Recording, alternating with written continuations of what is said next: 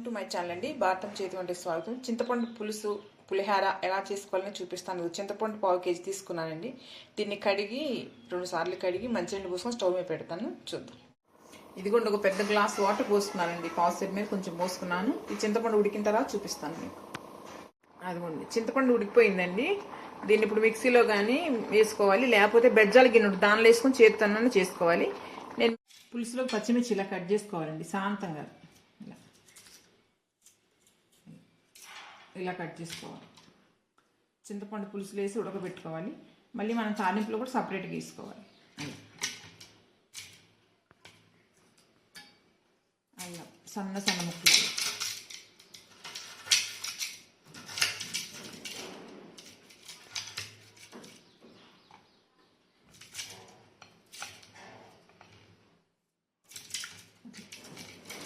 మొత్తం కంప్లీట్ అయినా చూపిస్తాను.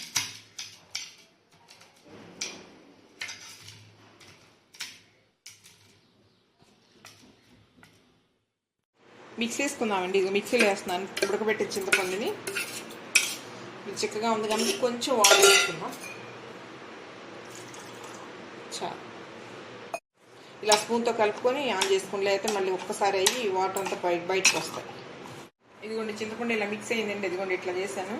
కొంచెం వాటర్ వేసుకొని చేతితోనో స్పూన్తోనో అంటే నీట్గా గుజ్జంతా పిప్పి లేకుండా కిందకి దిగుతుందండి.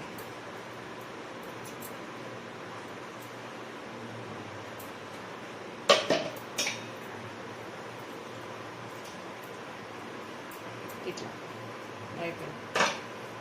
కొంచెం వాటర్ పోసుకుంటాం. ఇలా అయింది, చూసారా? మనం చేతితో అంటే పిసిగి చేసేప్పుడు టైం పట్టిద్దండి. ఇట్లా త్వరగా దిగిపోతుంది.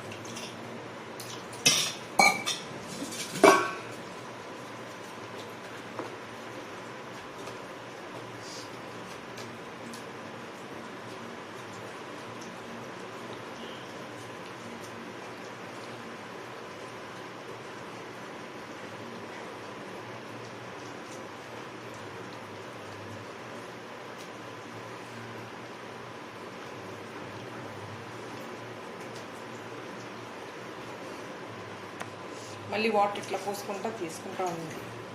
మనకి ఉడికేటప్పుడైనా వాటర్ కావాలి కాబట్టి ఇందులో యాడ్ చేసుకుంటే పల్చగా అయ్యి త్వరగా దిగుతుందండి. ఇట్లా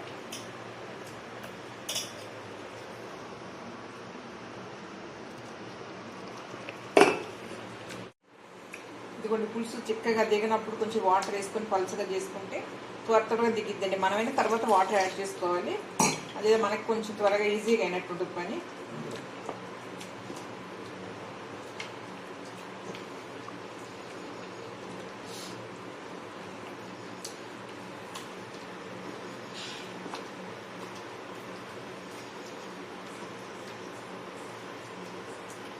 పులుసు చూసారా? తీసాను. ఇది ఇట్లా పులుసు పొయ్యి మీద పెట్టానండి. దీనిలో ఇప్పుడు ఏమేమి వేసి చూపిస్తాను నేను.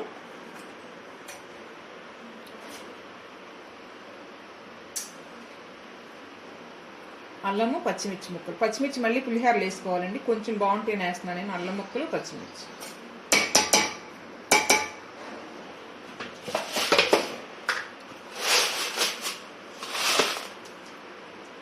కల్లుప్పు అండి. 3 టేబుల్ స్పూన్లు అని ఉంటుంది, పట్టదండి, పులుపు కదా. ఇదే వేసుకోండి.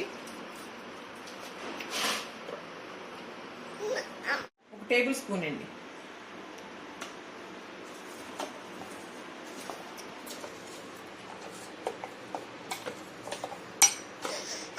కొంచెం బెల్లం వేస్తున్నానండి. ఇవి మొత్తం కలిసి ఉడకాలి. ఉడకటం అయిపోయింది. అల్లము, పచ్చిమిర్చి కూడా అలా ఉడికినాయి. మళ్ళీ మనం తాలింపులో కూడా కొంచెం వేసుకుందాం. ఉప్పు మీ టేస్ట్ తగ్గట్టు మీరు వేసుకోండి. అయిపోయిందండి. దీన్ని ఎలా పులిహోర కలపాలో ఏంటండి అంతా పడుతుందండి. కొంచెం మాత్రం తాలింపులు వేస్తాను. తర్వాత మీరు స్టోర్ చేసుకొని ఫ్రిడ్జ్లో పెట్టుకోవాలి, బాక్స్లో పెట్టుకొని. గాజు బౌల్స్ లేదా ప్లాస్టిక్ మీద స్టీల్ దానిలో పెట్టుకోకూడదు, అల్యూమినియం దానిలో వద్దు. గాజుది కానీ ప్లాస్టిక్ కానీ పెట్టుకొని ఫ్రిడ్జ్లో పెట్టుకోండి. పసుపు వేసుకుంటున్నాను 2 టేబుల్ స్పూన్కి. ఆయిల్ పచ్చిదేనండి, ఏం కాదు, వేసుకోవచ్చు.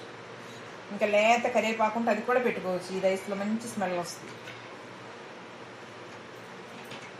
ఇది గాను దగ్గర చెక్క, జీడిపప్పు కూడా అయిపోయింది. ఈ ప్రక్కన పెట్టుకుందాం, వేయించుకొని లాస్ట్లో కలుపుకుందాం. ఇంకా ఎక్కువ వేసుకోండి, టేస్ట్ బాగుంది.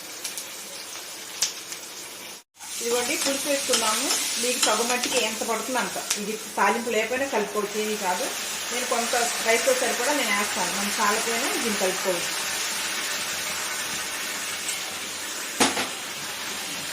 ఇలా ఎప్పటికప్పుడు ఫ్రెష్గా ఇలా తాలింపు వేసుకుంటేనండి పులిహార టేస్ట్ ఉంటుంది, మంచి సువాసన ఉంటుంది. అది అయిపోయింది. సారి చూస్తాం. ఇలా రైస్ వేసి ఇలా కలుపుకోవాలండి. ఏమైనా కొంచెం పులుసు ఉంటే మనం సాల్ట్ చాలిపోయి తర్వాత పులుసులో కలుపుకోండి. డైరెక్ట్గా సాల్ట్ వేసుకోబోకండి.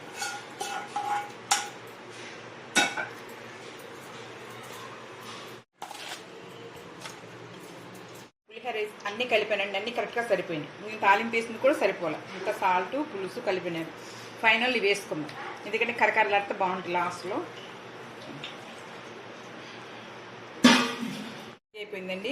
నేను చెప్పినట్టుగా చాలా ఈజీ ప్రాసెస్, చక్కగా చేసుకోండి. ఇది ఎలా అంటే కలుపుకున్నాక సాల్ట్ కూడా కొంచెం ఎక్కువ ఉండాలి, పులుపు కూడా ఎక్కువ ఉండాలి. రైస్ పీల్చుకున్నా కరెక్ట్గా సరిపోతుందండి.